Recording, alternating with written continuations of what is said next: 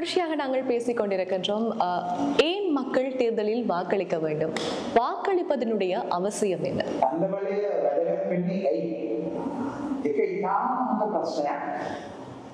வாக்களிப்பது ஏன் முக்கியத்துவம் வாய்ந்தது என்று நாம் கருதுகின்ற போது, ஒரு ஜனநாயக முறைமையில் வாக்காளர்கள் தான் தங்களுடைய தலைவனை அல்லது தங்களை யார் ஆட்சி செய்ய வேண்டும் என்பதை தெரிவு செய்கின்றார்கள்.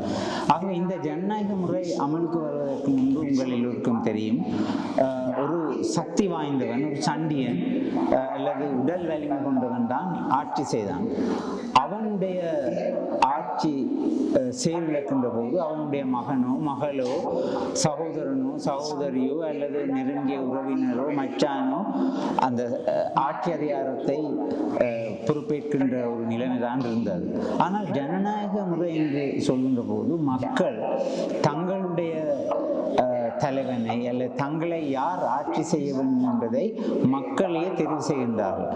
இதனை நாங்கள் அரசியல் அமைப்பின் 3வது அத்தியாயத்தில் காணக்கூடியதாக இருக்கிறது. குடியரசு, இலங்கை குடியரசு என்று சொல்கின்ற போது அது மக்களினுடைய இறையாண்மை கொண்ட ஒரு விடயமாக இருக்கிறது. இறையாண்மை என்றால் என்ன? அடிப்படை மனித உரிமைகள் பேணி பாதுகாக்கப்பட வேண்டும், ஆட்சி அங்கு பேணப்பட வேண்டும். அதே போல உண்மையிலே அந்த வாக்களிக்கின்ற உரிமையும் அந்த மக்களுக்கு இருக்கிறது. உதாரணமாக இறையாண்மை என்று சொல்கின்ற போது நாடு எங்கள் எல்லோருக்கும் உரித்தானது. ஆகவே நாங்கள் விரும்பிய ஒரு ஆட்சியாளனை, ஒரு நிர்வாகியை ஒரு குறிப்பிட்ட மட்டுப்படுத்தப்பட்ட காலத்துக்கு நாங்கள் தெரிவு செய்கின்றோம். இதுதான் இந்த 3வது உறுப்புரையிலே குறிப்பிடப்படுகின்றது.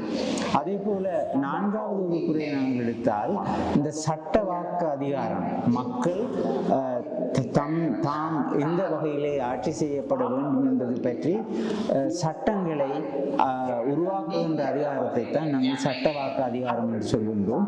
அதுவும் மக்களால் தெரிவு செய்யப்படுகின்ற ஒருவருக்கு தான் வழங்கப்படுகின்றது. அடுத்ததாக நாங்கள் நிறைவேற்று அதிகாரம் என்று எடுத்துக்கொண்டால், நிறைவேற்று அதிகாரங்களும் மக்களால் தெரிவு செய்யப்படுகின்ற ஒரு நபருக்குத்தான், குறிப்பாக நிறைவேற்று அதிகாரம் கொண்ட ஜனாதிபதி அல்லது அமைச்சரவை என்ற வகையிலே அது செயற்படுகின்றது. எனவே 18 வயதிற்கு மேற்பட்ட ஒவ்வொரு பிரஜைக்கும் இந்த வாக்களிக்கும் உரிமை இருக்கிறது.